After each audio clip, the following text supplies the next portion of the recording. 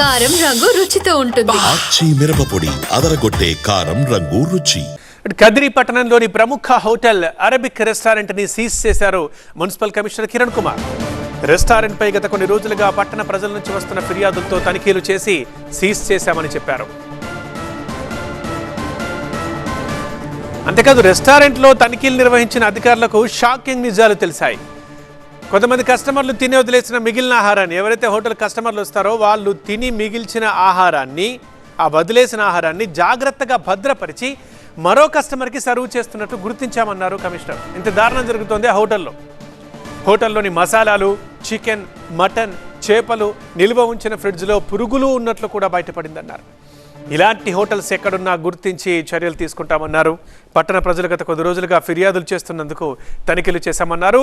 వారి ఫిర్యాదులు నిజమే, వారి ఆరోపణలు నిజమే అని తేల్చారు కమిషనర్.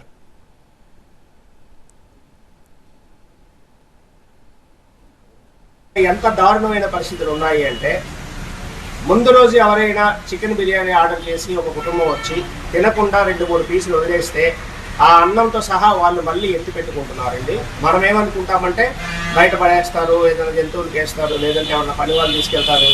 ఇలా అపోహలతో ఉండి మనం తినేంత తినేసి ముందే మనం ఎక్కువ ఆర్డర్ చేస్తాము, అదో సరదా. దాంట్లో సగం తిని సగం వదిలేస్తాము. ఈ వదిలేసిన వాళ్ళు నెక్స్ట్ డే వచ్చిన వాళ్ళు తింటున్నారు. సింపుల్గా నేను ఇప్పుడు వీడియోలో చూపించాను.